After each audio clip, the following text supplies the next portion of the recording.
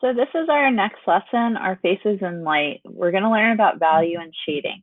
This lesson can be a little bit difficult, but please don't get frustrated. Try and have fun and do your best. Our big question is who are we and how do we live our lives? Today, we will understand that artists use different techniques to emphasize mood and feelings in artworks about people. We'll describe and analyze technical process involved in cross-hatching and shading, and we'll make sketches that meet our studio evaluation criteria. So we want to look at the effects of light on our face. How does light change how a person's face looks? Artists really pay close attention to the quality of light on our faces. What do we see in the light that we don't see in the shadows? We really might see more detailed in pictures with more light. And here I did a portrait of myself with lots of light, with low light and medium light. And you can definitely see more details in the lighted version of me.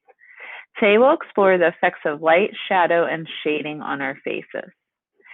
We are going to view how two different artists show shading to suggest moods and feelings.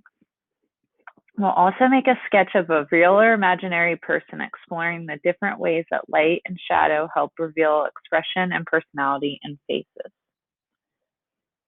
Shading really is used to suggest moods and expressions and personalities through a portrait. So let's look at these two images here. A is by James Brooks and B is by Charles White. What do these two pictures have in common? Well, they are both our portraits and they show faces. Let's look at image A right here. How are the two faces different? One face is looking right at us. That is considered a full face view. The other face just shows the side of it, and that is in profile. So those are two different ways you can show a portrait. Let's look at image B. The shading is very intense in this one. What do these crosshatched lines suggest? Those are the little lines over here and on the face. These really help us see the texture and values, the lightness and darkness of lines. You keep hearing me say value and crosshatching, and you might really not know what that means. Let's look at this chart here and see. The chart shows the values and darknesses of areas. Value scales in artwork can vary. Sometimes artists show greater or lesser shades of gray depending on the expression or mood the artist wishes to recreate on the subject's face. And a lot of time in artworks, you just don't go from dark gray to light. You do a value scale where you go from the darkest tone to the lightest. And here you can see I have different varieties. I have smudging, I have cross hatching, I have hatching, and then coloring in the boxes and then using a pattern. So you can do these value scales with different patterns or lines and coloring too. You always go from darkest to lightest.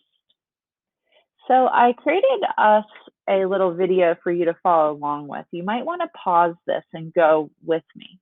I want you to practice using your line, just a straight line going from light to dark with this straight line.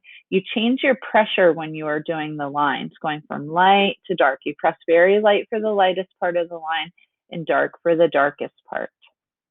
Then I'd like for you to draw a rectangle. The rectangle, I want you to color in from dark to light. And you're using pressure again with this, going very light to very dark. Also in your sketchbook, I'd like for you to practice these lines, your hatching and your cross hatching. Hatching is just using lines. The closer together they are, the darker it appears. The further they are apart, the lighter it appears. Oops, I went ahead, sorry. So I want you to follow this video, watch it a couple times, and then do these exercises. You'll also draw 3 circles and just practice shading them. You want to have a light source when you're doing these circles. So maybe put a little sun or light bulb. The lightest closest to the light will be the lightest part of the circle. Away from the light will be the darkest part. So watch this video a couple times and practice.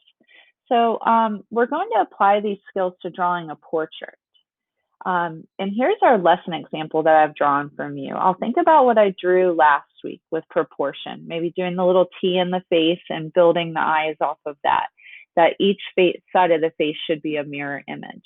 I want to try and give my portrait an emotion or a feeling. I went with sad today. So you can see that the eyebrows are up and the eyes are large and looking down, and I even added a little tears.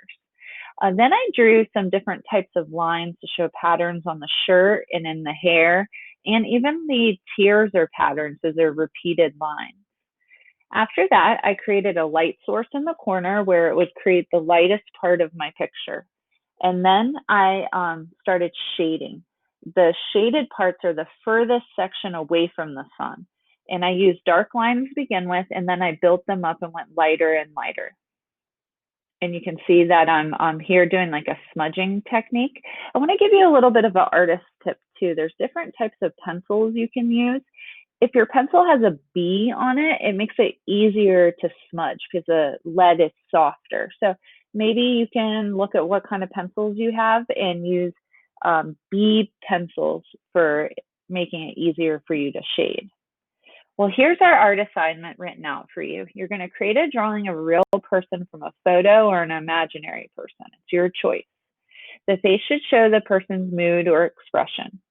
Sketches should show light and dark values to show texture, mood, or feeling. Your drawing should be of the shoulders, neck, and face. Remember proportion from last lesson. Create a light source where it shows the brightest part of your portrait, so maybe a sun in the corner. Show shadows on the face, which are the furthest area from the light source. Use value scale to show shading or emotion, and then take a picture of your artwork and post it to the Schoology album for this project. Here's just another breakdown of our project and a closer look at the example. Practice making hatched and cross-hatched lines close together or far apart. Try to capture a definite expression or mood in the face, and after you explored ideas, kind of make your complete drawing. Sketch some faces of real or imaginary people for this. And here's our studio criteria that I'll be grading you on. Sketches and drawings show the face of a real or imaginary person and show the subject's expression or mood. Sketches use light and dark values to create texture, mood, or feeling. Please do not get frustrated with this. This is just an introduction to value. I just want you to really experiment with adding sketches using, different varieties of lines and going from light to dark.